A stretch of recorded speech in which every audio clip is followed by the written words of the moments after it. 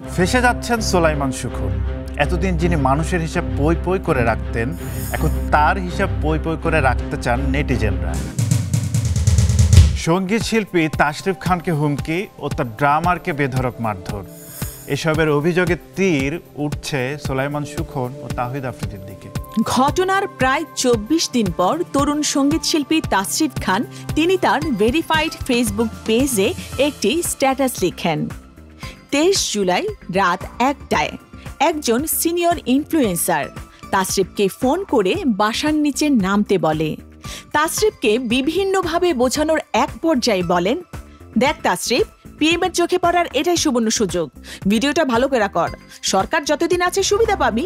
সেই রাতে একটি মাত্র পোস্টের জন্য কত টাকা দিয়েছিলেন তাশরিফ খানকে? কথা শেষ করার আগেই উনি পকেট থেকে ১ লক্ষ টাকার ৩টা বান্ডেল, মোট ৩ লক্ষ টাকা আমার হাতে ধরিয়ে দিয়ে বলে, এইটা সামান্য ছোট একটা গিফট, টাকা যত চাস তত দেয়া হবে, ভিডিওটা সুন্দর করে কর। মাত্র একটি পোস্টের মূল্য ৩ লক্ষ টাকা। বাহ, দারুণ তো।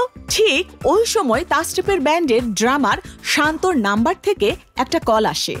ফোন রিসিভ করতেই শান্ত কাঁদতে কাঁদতে বলে, তাশরিফ, ৫-৬ জন পুলিশ এবং সিভিল ড্রেসের কয়েকজন মিলায়ে আমারে রোল দিয়া সারা শরীর মারছে। শান্তর কথা শুনে তাশরিফের হাত পা একরকম কাঁপতে থাকে। সে বোঝার চেষ্টা করে এই মার খাওয়াটা কি তাকে রাজি করানোর জন্য ভয় দেখানো, নাকি কেবলমাত্র একটা বিচ্ছিন্ন ঘটনা। তাশরিফ পোস্টে কারো নাম উল্লেখ করেননি, তাই নিশ্চিত হওয়া যায়নি তিনি কার দিকে ইঙ্গিত করছেন। তবে নেটিজেনদের একাংশ ধারণা করছেন ওই সিনিয়র ইনফ্লুয়েন্সার সোলাইমান সুখন। তবে রাকিন আফসার তাশরিফের সেই পোস্টে সুখন ও তাহিদ আফ্রিদির নাম উল্লেখ করে মন্তব্য করে বসে।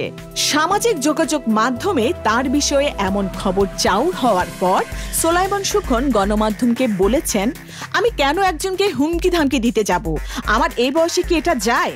আমি একটা চাকরি করি, অনেক চাপ আছে, বাচ্চারা অনেক কিছুই লিখছে, লিখুক, আমার আসলে আর কিছু বলার নেই। সোলাইমান সুখন তার ফেসবুক পেজে অটো রিপ্লাই সেট করেছেন।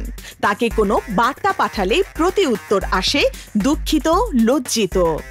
আর অন্যদিকে নেটিজেনদের তোপের মুখে তাহিদ আফ্রিদির আইডি ডিঅ্যাক্টিভ, ছিলেন নিশ্চুপ। তাশরিফ সুখন কাণ্ডে আপনারা কি ভাবছেন তা কমেন্ট বক্সে জানান।